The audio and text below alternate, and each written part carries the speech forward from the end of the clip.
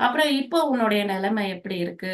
அப்படின்னா, ஆ அ நான் வந்து என்னுடைய தாகத்த வந்து சமாளிக்க முடியுது அப்படின்றாரு.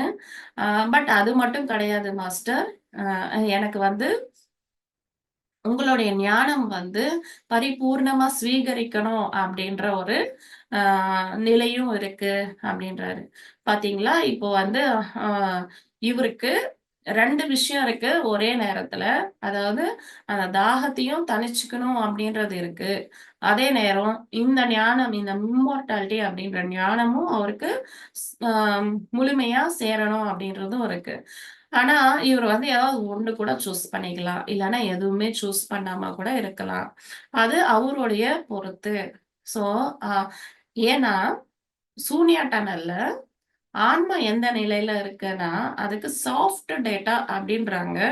சாஃப்ட் டேட்டான்னா ஜஸ்ட் அம் சும்மா அதுக்கு வந்து சாய்ஸஸ் இருக்கும். ஒரு ஃபீலிங்ஸ் இருக்கும். ஆட்டிட்யூட் அதாவது நான் அப்டின்ற ஒரு ஆட்டிட்யூட் இருக்கும். எனக்கு இது பண்ணணும், அது பண்ணணும் அப்டின்ற ஒரு ஃபீலிங் மட்டும் தான் இருக்கும். அதுக்கான எமோஷன் இருக்காது. அதாவது கோவம் அந்த மாரி எதுவுமே இருக்காது.